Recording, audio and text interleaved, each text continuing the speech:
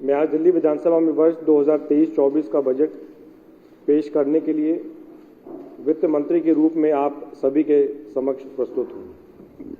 मैं इस जिम्मेदारी के लिए बहुत आभारी, सम्मानित और विनीत महसूस कर रहा हूँ। मुझे ज़्यादा खुशी होती है अगर यह बजट हम सभी के आदरणीय पूर्व डिप्टी सीएम मनीष सिसोदिया जी द्वारा प्रस्तुत किया जाता। मनीष सिसोदिया जी मेरे बड़े भाई के समान ही नहीं, मेरे बड़े भाई हैं। और जिस प्रकार जब श्री राम वनवास गए थे और भरत ने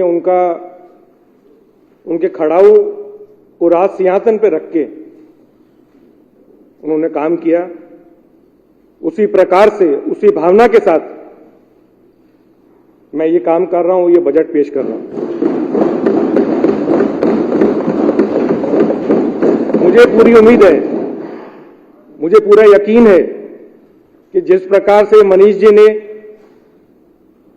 लाखों करोड़ों बच्चों की शिक्षा के लिए अच्छा काम किया, उनकी नहीं, उनके परिवार की, पूरे दिल्ली वासियों की, पूरे देशवासियों की, पूरी दुनिया में जितने बच्चे हैं, उनकी दुआएं, उनकी शुभकामनाएं उनके साथ हैं। वो जल्द लौटेंगे हमारे बीच और इसी प्रकार से अगला बजट वो पेश करेंगे।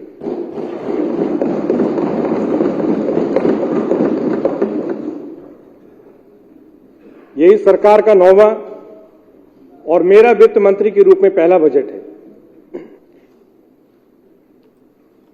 दिल्ली के 2 करोड़ लोगों के लिए बजट पेश करने का अवसर देने के लिए मैं माननीय मुख्यमंत्री जी का दिल से धन्यवाद देना चाहता हूं।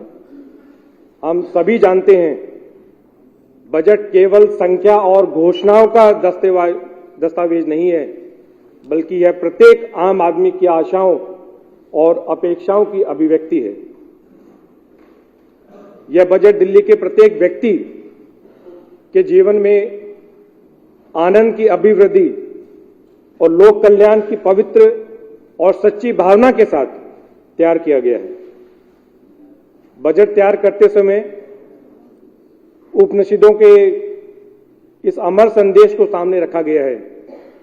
सर्वे भवन्तु सुखिनः, सर्वे सन्तु निरामया, सर्वे भद्राणि पश्यन्तु, मा कश्चित् दुःख भाग् भवेत्। माननीय मुख्यमंत्री जी के दूरदर्शी नेतृत्व में पिछले 8 वर्षों में दिल्ली ने अभूतपूर्व प्रगति देखी है। आज दिल्ली मॉडल, या उसको हम अरविंद केजरीवाल मॉडल, या उसको हम Arvind Kejriwal model of governance, ये जितने भी शब्द हैं, ये हर देशवासी की में आशा की एक नई किरण जगाता है।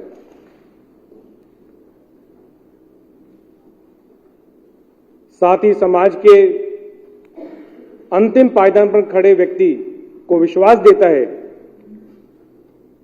कि सरकार उनके परिवार के लिए विश्व स्तरीय शिक्षा और स्वास्थ्य सुविधाएं मुफ्त प्रदान करेंगी।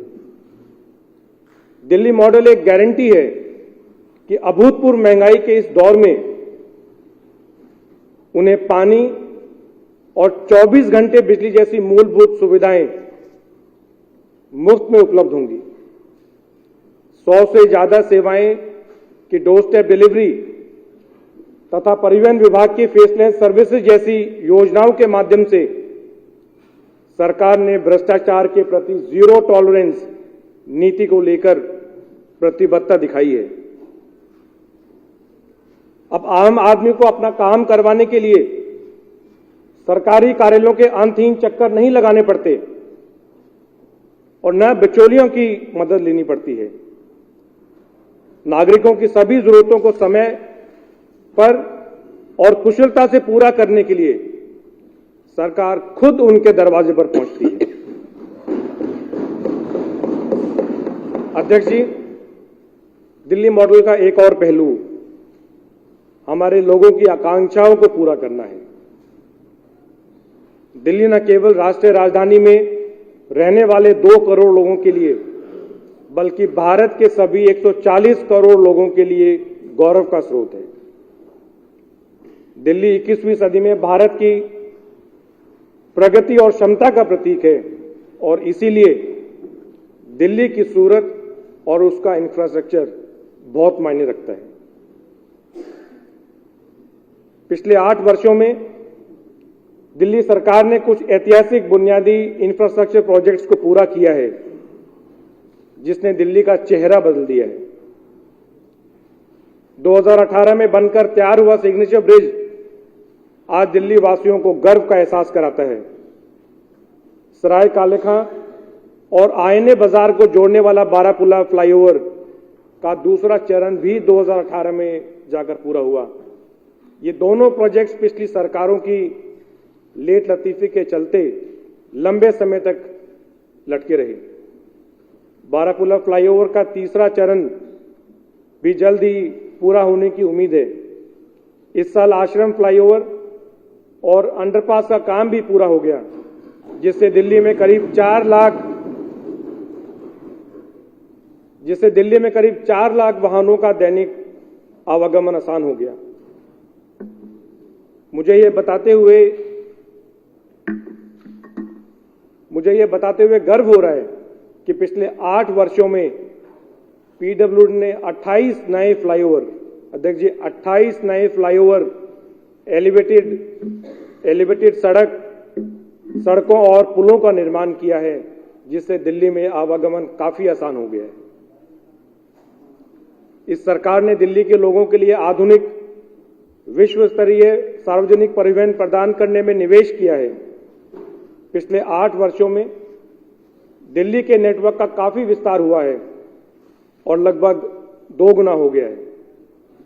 1998 में दिल्ली मेट्रो का निर्माण शुरू होने के बाद से पहले 17 वर्षों में मार्च 2015 तक कुल 193 किलोमीटर रेल नेटवर्क, केवल 2015 से लेकर अभी तक केवल 193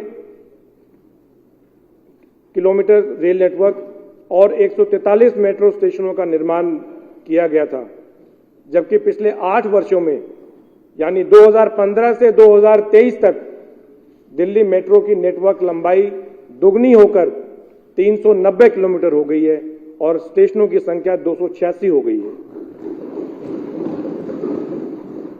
इस अवधि में दिल्ली के सार्वजनिक बस नेटवर्क में भी अभूतपूर्व विस्तार हुआ है।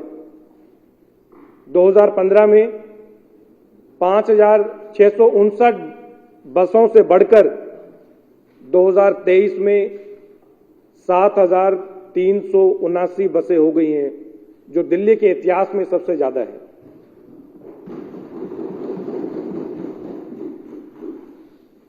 दो 2021-22 के देशभक्ति बजट में हमारी सरकार ने एक महत्वाकांक्षा योजना की घोषणा की थी, जिसने हर दिल्ली वासी को गर्व से भर दिया था।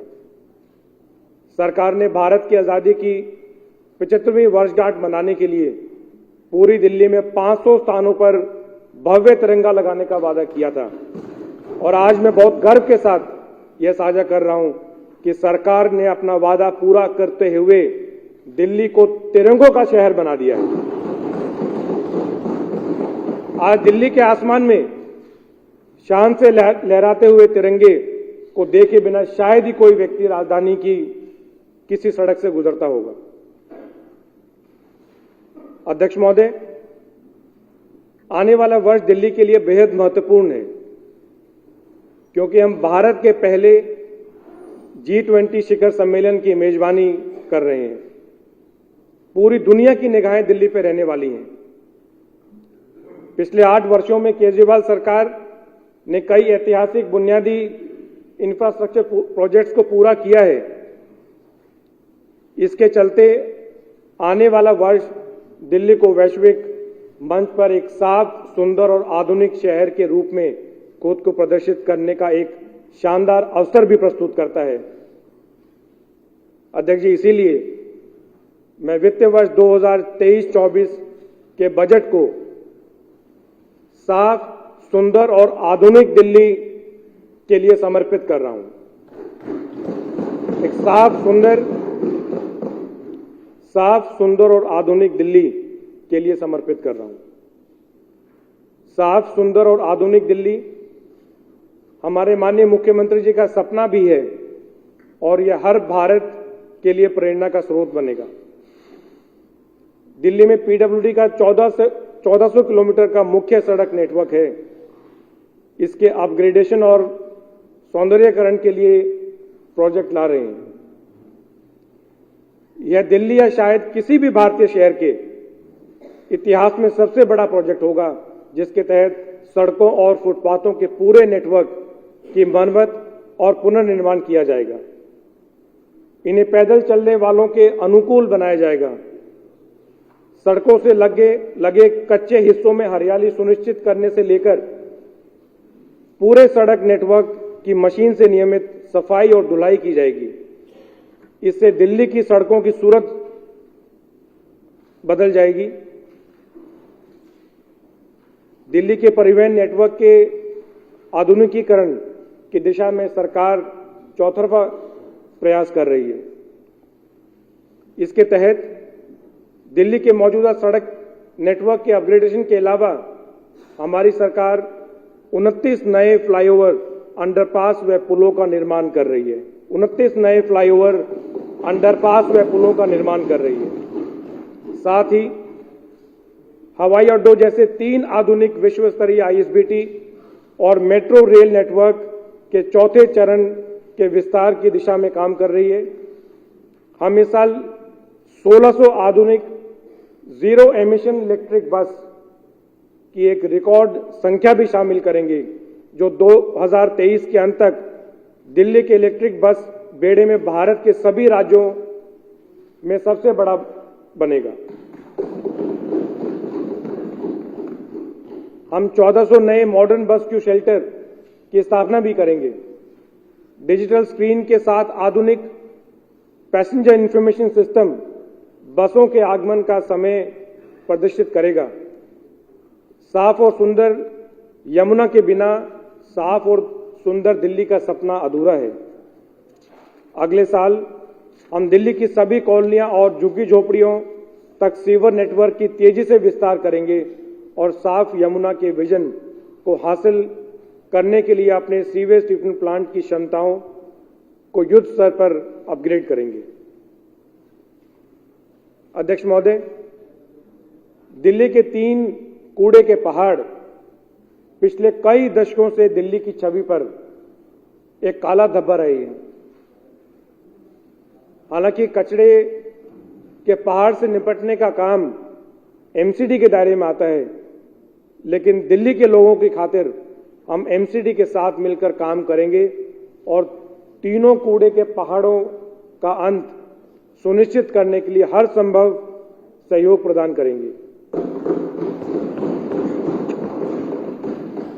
अध्यक्ष जी, ये सभी कदम उठाते हुए 21,000 करोड़ रुपए से ज्यादा के पूंजीगत कार्यों के विशाल बजट के साथ साफ, सुंदर और आधुनिक दिल्ली बनाने के लिए एक स्पष्ट और कॉम्प्रिहेंसिव प्लान प्रस्तुत किया गया है। इससे दिल्ली पर हर भारतीय को गर्व होगा। अध्यक्ष जी, अगले वर्ष के बजट प्रस्तावों पर बातचीत करने से पहले मैं थोड़ी सी बात दिल्ली की अर्थव्यवस्था के बारे में करना चाहता हूं। दिल्ली भारत की राजधानी होने के साथ साथ एक बड़ा कमर्शियल और आर्थिक केंद्र भी है। दिल्ली की आर्थिक स्थिति अत्यंत महत्वपूर्ण है और उसका विकास भारत की आर्थिक विकास योजनाओं में महत्वपूर्ण भूमिका निभाता है।